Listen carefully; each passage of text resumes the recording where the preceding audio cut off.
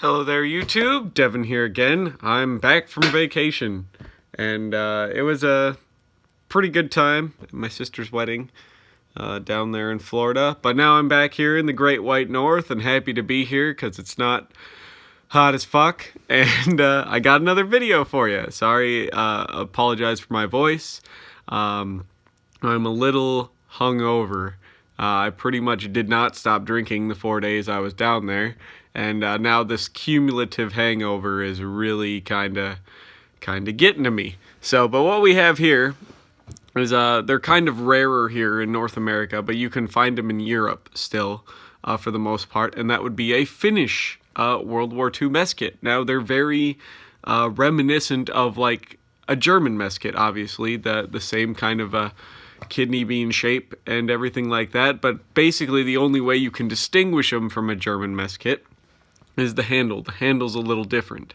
The German handles were kind of smooth and flat, whereas this one is curled to accommodate the strap and everything like that, and the extra little stuff. So the handle's very reminiscent of a Polish mess kit, whereas the rest of the mess kit is very reminiscent of a German mess kit, and that's how you get the Finnish ones.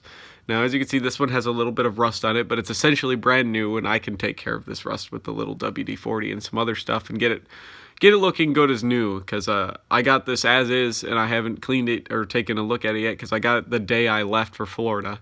So, but we'll take a look at it here.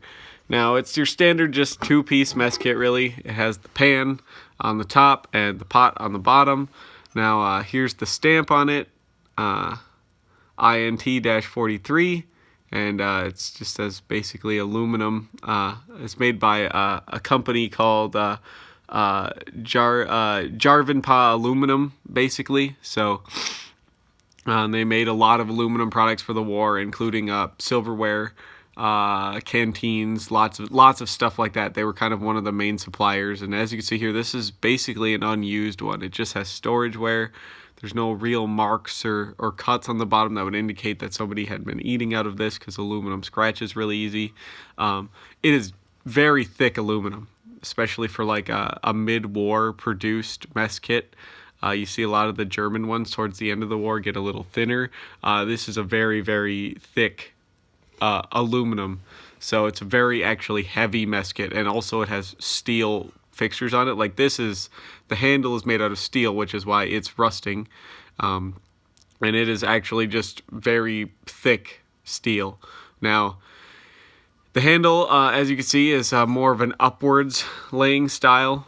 This handle is actually very unbalanced, so if you don't have a lot of food or liquid or something in this pan, the handle is enough to tip it, unfortunately. So just be aware of that, which I thought was a pretty poor design because of how heavy the steel is that they used.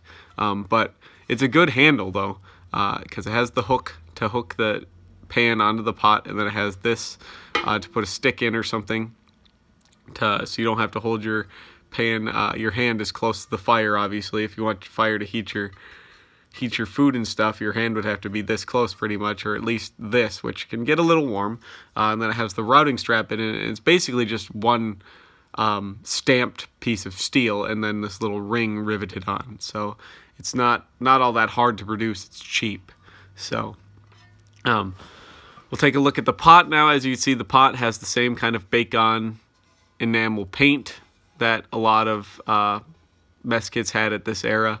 It has a hanging wire on it. The wire is also steel, as you can see, tell by the rust up along here, which it's basically just surface rust, though, so it's just a little sanding and some WD-40, and I could get that off. Now, you can find these mismatched. It's usually hard to find a matched pair like this where they're pretty much the same color, as you can see, the pan and the pot, or the kettle as it's known.